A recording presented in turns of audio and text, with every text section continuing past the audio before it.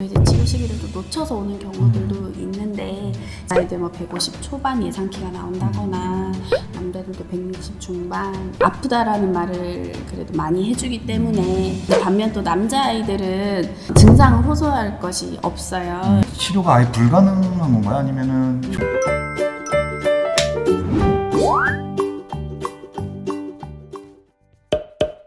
안녕하세요, 우리 아이 건강지킴이 와입니다. 자, 오늘은 우리 소아내분비 전문의신 김혜령 원장님을 모시고 소아내분비 질환에 대해서 좀 얘기를 해보려고 해요. 자, 오늘 주제는 그래도 엄마들이 이제 많이 관심을 가졌을 텐데 이제 성조숙증 에 대해서 한번 얘기를 해보려고 해요. 자, 이제 성조숙증은 말은 많이 들어봤는데 솔직히 정의가 성조숙증은 어떤 걸 성조숙증이라고 우리가 얘기를 할까요? 사춘기가 또래보다 많이 빨리 시작하는 것으로 대개 한 1, 2년 정도 빠른 시기에 시작하는 것을 말합니다. 말 그대로 성조숙증, 그러니까 성장 발달이 너무 빨리 일어나는 거네요. 그렇죠? 어차피 성조숙증이라 그러면은 이제 증상이 남자든 여자든 드러나야 될 거고 그 판단 기준이 있을 텐데 차이가 있겠죠, 아무래도. 그럼 기준이 네. 어떤 거를 볼 수 있을까요? 네. 여자아이는 만 8세 전에 가슴 멍울이 생기는 것으로 정의를 하고 남자아이는 만 9세 전에 고환 발달이 시작하는 것으로 정의를 하고 있습니다. 보통 이제 여자는 8세, 8세. 남자는 9세 만 나이입니다. 만으로. 근데 그런 경우도 있어요. 이제 저도 이제 대충 성조숙증 뭔지는 알지만 진료 보다 보면은 아이가 조금 살이 좀 많아서 이게 가슴멍울이 있는 건지 정말 가슴멍울이 좀 애매할 때가 있거든요. 그 따로 판단하는 그런 약간 기준 같은 게 있어요, 보실 때? 촉진으로 가슴 유방을 촉진을 해보면 그래도 아주 살인 경우와 또 유방멍울이 조금 시작하는 그 전 단계쯤과 그래도 이제 유방멍울이 뚜렷한 정도는 이제 촉진으로 되게 다 판단이 됩니다. 그렇죠. 이 목욕할 때 엄마들이 이렇게 목을 만져봐야 그쵸, 될 것 같아요. 그죠? 아프다고. 네, 그런데 살이 정말 좀 많은 아이들은 사실 저도 어려움이 좀 있어서 그런 경우에는 또 이제 호르몬 검사나 변아이 검사나 필요하면 초음파 이런 것들로 검사로 좀 도움을 받아서 진단을 하는데 도움이 그러면 그냥 집에서 보실 때 샤워하거나 볼 때 얘가 조금 뭐 가슴멍울이 나온 것 같고 가슴이 좀 돌출된 것 같으면은 그냥 일단 와서 네. 전문의 한번 진찰을 보는 게 좋겠네요. 그러니까 아이들이 여자아이들은 가슴멍울이 처음 나올 때 아프다라는 말을 그래도 많이 해주기 때문에 때로는 간지럽다 간질간질하다 이렇게 표현하는 아이들도 있어서 어쨌든 표현을 해주면 의심이 되니까 먼저 내원하시면 예, 좋습니다. 근데 반면 또 남자아이들은 증상을 호소할 것이 없어요. 그래서 또 엄마가 그 나이 3, 4학년쯤 5학년쯤 되면 이제 그때부터는 밑에를 잘 볼 수가 없습니다. 그래서 좀 아빠가 도움을 주시거나 아니면 정수리 냄새가 바뀌었다 난다 채취가 바뀌었다 이런 걸로 어머님들이 잘 캐치하고 또 오십니다. 그러면 남자애들은 고환 크기라고 하셨는데 고환 크기가 몇 cc면은 어느 정도 cc로 날 수는 없으니까 어느 정도 예, 그래서 이제 뭐 이론적으로는 4cc 길이 2.5cm를 사춘기 크기라고 2단계 시작을 했다고 하는데 엄지 한 마디 정도이면 뚜렷한 겁니다. 이게 보통 우리가 고환 그 겉을 말하는 게 아니라 그 은낭 안에 있는 고환을 고환. 이렇게 만져봐야 되는 두개 있는 고환. 그러면 이런 이제 성조숙증에 생기는 원인이 혹시 뭘까요? 가장 큰 원인은 유전적인 것, 가족력을 들 수 있는데 이제 엄마가 초경이 좀 빠르셨다 하는 것들이 주로 있고 또 아빠도 중학교 이후로 성장이 되게 둔화되었었다 하시면 이게 성장과 사춘기가 빨랐던 것을 의심할 수 있습니다. 그래서 가족력이 있다면 조금 더 이른 검진을 해보시는 게 좋고 또 요즘에는 비만한 아이들이 많아지고 있죠. 근데 이제 비만 자체가 또 성장을 빨리 가게 하고 또 그것이 또 사춘기를 빨리 가게 해서 성조숙증에 영향을 줄 수 있다 하기 때문에 비만 관리도 중요합니다. 그 외에도 환경 호르몬 노출 여러 가지들은 있습니다. 엄마 아빠가 정확하게 알 수 있겠는데 자기는 아니까 그죠? 나 초등학교 때 컸는데 중학교 때 멈췄어. 그럼 성조숙증을 진단해야 되는 중요한 이유가 있을까요? 그쵸. 우리가 왜 빠를 수 있지. 네, 그래서 성장 사춘기 시기가 빠르면 또래보다 잘 크는 것 같고 성장이 좋은 걸로 생각을 하실 수 있는데 사실은 이제 숨겨진 뼈나이가 그 이상으로 빨리 진행하기 때문에 성장이 조기에 멈출 수가 있고 그로 인해서 내가 원래 클 수 있는 유전적으로 받은 키보다 못 클 수가 있습니다. 그리고 또 여자아이는 초경이 또래보다 많이 빠를 수 있기 때문에 3, 4학년에 초경을 한다면 아이도 심리적으로 스트레스나 충격이 크고 부모님도 케어하시기 어려워서 그 부분이 사실은 가장 중요한 치료하는 이유가 됩니다. 그럼 최종 성인 키가 이제 작아질 수 있다는 거네요. 어렸을 때 빨리 크는데 네. 와 우리 아이가 좀 크구나 이렇게 좋아했다가 이게 성적증은 이제 초경도 빨라지고 성장도 일찍 멈추니까 최종 성인 키가 줄어들게 되는 거예요. 당겨 쓰는 거네. 그렇죠. 그렇지. 천천히 써야지. 병원 가면 뭐 어떤 검사를 하게 됩니까? 먼저 병원을 오시면 손과 손목까지를 찍어서 성장판을 확인합니다. 그래서 성장판을 찍어서 나의 만 나이하고 비교를 해서 뼈 나이, 고려연령이 어느 정도인지 또래랑 비슷하게 가는 게 맞는지 아니면 정말 빨리 가고 있는지를 검사를 통해서 알 수 있습니다. 그 다음에 이제 사춘기 호르몬이 실제로 분비가 높은지 호르몬 검사를 한번 해보아야 하는데 이제 중요한 검사로 사춘기 호르몬 분비를 자극하는 검사가 있습니다. 이제 15분, 30분 간격으로 체열을 여러 번 합니다. 그래서 1시간 반 정도 걸리고요. 그 검사를 통해서 사춘기 호르몬이 어디까지 상승하나, 그래서 치료할 정도인지 진행하였는지 확인하게 됩니다. 그리고 이제 우리가 가슴 멍울이 생기거나 했을 때 사실은 성조숙증 외에도 다른 이유로도 가슴멍울이 나타날 수 있습니다. 그래서 그런 이유들을 확인하기 위해서 다른 내분비 호르몬 검사, 대표적으로 갑상선 호르몬, 프로락틴, 여러 가지 호르몬들 검사, 그다음에 만성적인 어떤 콩팥 질환이나 다른 질환이 있는지도 배제하기 위해서 기본적인 혈액 검사를 합니다.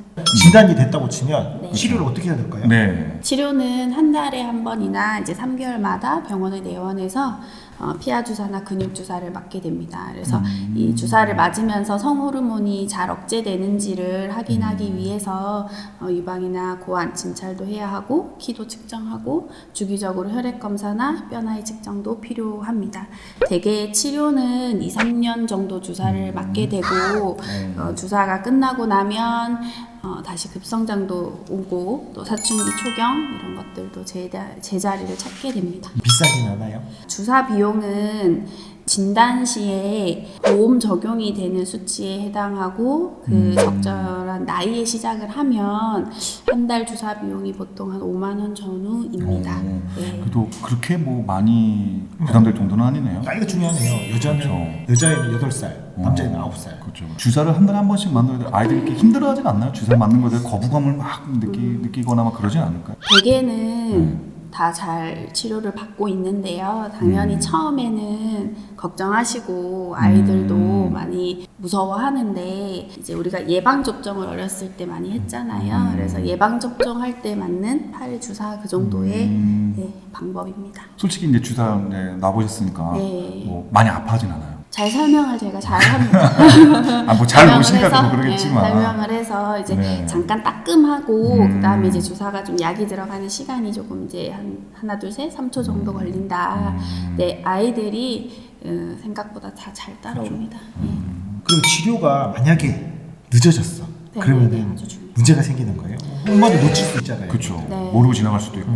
그래서 이제 가끔은 초경을 먼저 해서 예상하지 못했던 시기에 해서 오시기도 하고 남자아이들 같은 경우는 변성기라던가 또 음모가 생겨서 요즘 이제 더디 큰다라고 해서 오히려 이제 치료 시기를 좀 놓쳐서 오는 경우들도 있는데 이제 그렇게 됐을 때 여자아이들은 초경이 빠르니 거기에서 오는 심리적인 스트레스가 제일 크고 그다음에 남자와 여자 성별 상관없이 키가 이제 너무 작아지게 됩니다. 예를 들어 여자애들 뭐 150 초반 예상 키가 나온다거나 남자들도 160 중반, 뭐 후반 이렇게 예상 키가 나오면 많이 충격을 받으세요.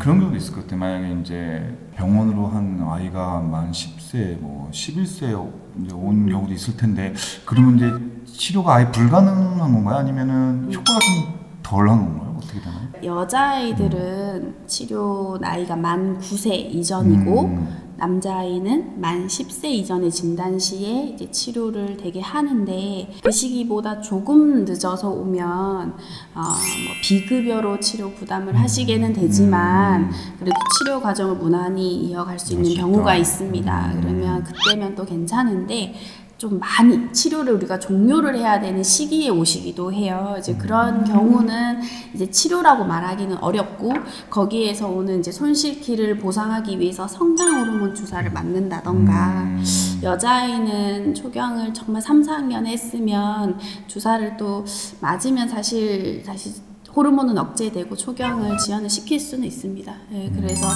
너무 어린 경우는 도움을 주고 있긴 합니다. 달려가는 아이를 붙잡은 거잖아요, 그죠? 그렇죠. 그렇게 되면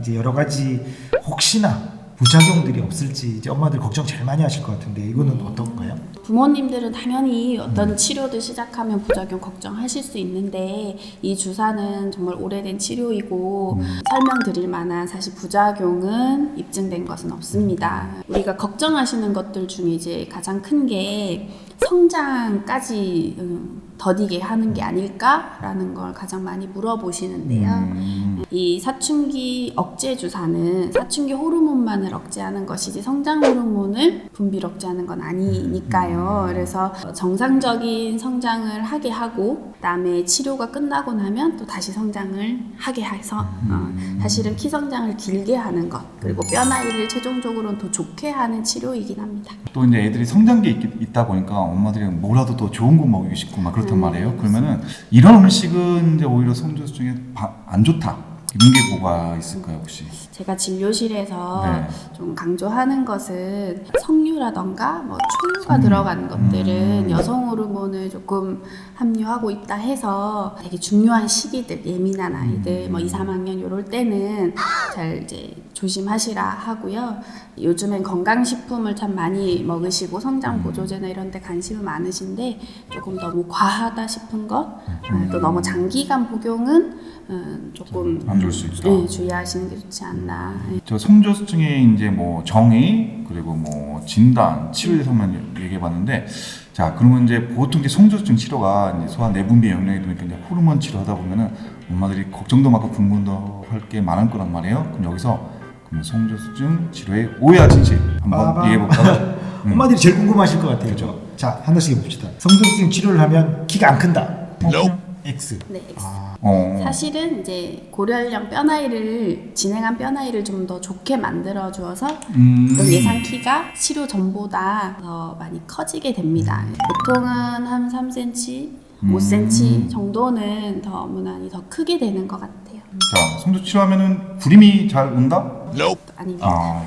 네. 성조숙증 치료 이후에 많은 연구들이 있었는데 성조숙증 주사 치료가 끝나고 나면 다시 호르몬이 억제되었던 성호르몬이 올라가면서 초경도 정상적으로 하고 임신에도 영향을 주지 않는다고 연구가 되어 있고 실제로도 치료 끝나고 나면 한 1년 전후로 아이들이 생리를 다 잘 하는 것을 보고 있습니다. 자, 비만인 아이는 소화 성장에 좋지 않다? 이거 그쵸? 좀 통통하면 잘 큰다 하는 것도 일부 맞습니다. 그래서 영양적으로 좀 충분하고 풍부하면 키도 잘 크고 당연히 성장이 중요한데 조금 체지방이 많이 나가고 많이 비만하면 이 비만한 부분은 이제 뼈 나이를 빨리 가게 해서 결국은 이게 성장이 좀 빨리 크는 것, 또 사춘기가 또 빨리 오는 영향도 주기 때문에 결국엔 성장에는 부정적인 영향을 줄 수 있습니다. 콩과 우유를 먹으면 성조수증에 걸린다. 이거 나도 들어봤어.